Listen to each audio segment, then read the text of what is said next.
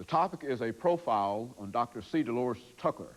And Dr. Tucker, before we had our final break, we were talking about some of the political activities you've been involved in.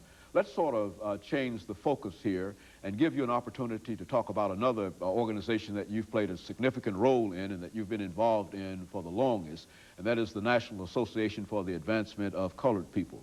Let's have you talk about that organization. Well, I filed a suit to make sure that we could get rid of those who were misusing the funds of the NAACP and creating a deficit that would have destroyed it. And of course, I was very supportive of Myrlie Evers. We asked her to run, and she did. And we worked very hard to make it possible, and she did win. And we're very delighted. I asked her that she should look at Judge Elion Higginbotham to head a search committee so that we could get the best person in this country to head the organization as president and CEO. And that's Congressman Fumi, who is now aboard. We have a treasurer now that was the chairman of treasurer of the state of Connecticut for 2 terms, and now he is our treasurer. So fiscally, the organization is on track.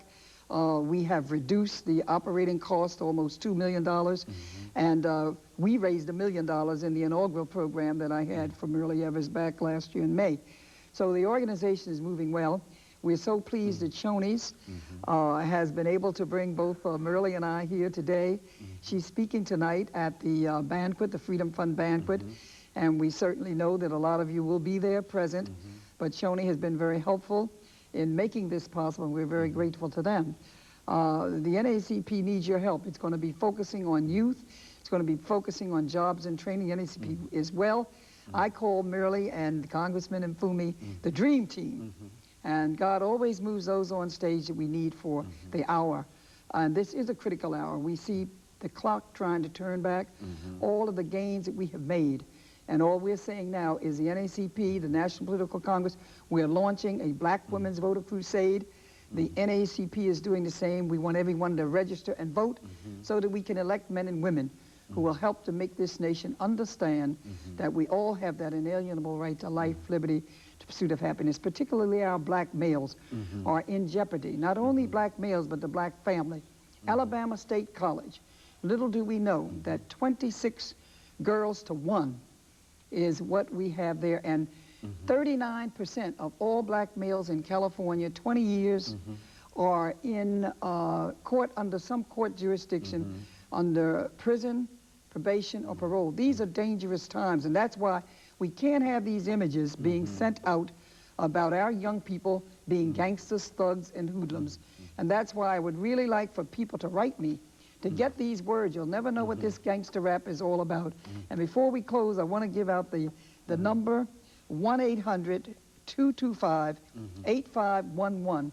The lyrics in this last song that Time Warner or these Interscope said they were going to put out, the dirtiest album of all, is telling our children to F their mamas. It's telling them to become whores. It's telling them to sell their bodies. I can't give you the messages. You would lose your license. But please call that number, 1-800-225-8511. We need your help for the Defense Fund, but also to save our children. Thank you again. No, but we've got about 2 minutes here. Yes. Let's give you an opportunity, because I think that you're talking about youth and about children. Let's give you an opportunity over these last couple of minutes to talk to the young people. You've already said something in reference to gangster rap and et cetera, but say something to them about the importance of education and why they ought to become involved in et cetera. Well, it is so important for them to become involved, because today you cannot go anywhere. You can't get a job. You can't do anything. All of us are sitting here where we are today because we're educated. Mr. Farrakhan had 1 million men march in Washington, D.C. And that image that went around the world, the people that went there, is showing the world that we're just not gangsters and robbers and thieves, but we are educated. We can get an education. That's what I told Suge Knight to do. Teach our children through rap how important education is. We need that today. You are the descendants of kings and queens of Africa. Mr. Mandela walked out of prison 27 years, but with dignity, because he was educated, and he is now the president of South Africa. There's nothing you cannot achieve, but education is the key. Stay in school.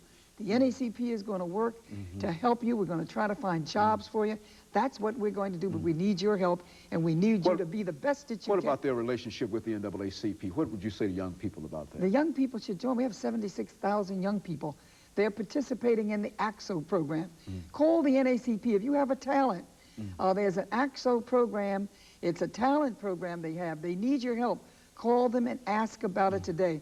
That's what Mr. Nfumi and Merle Evers have said. You are their priority. They want you to join. They want you to become involved. We have youth groups. You can join at a very nominal cost, and we're asking the parents to please see that they get involved, because this is our focus.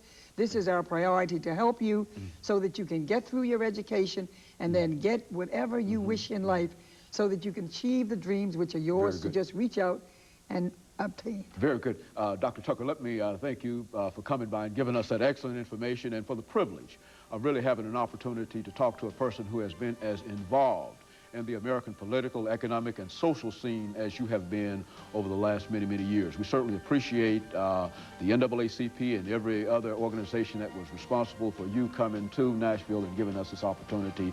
And we simply want to take this last few seconds to thank you for coming by and spending this time with us. And let me encourage you to tune in again next week for another informative edition of Comments. Thank you and good morning.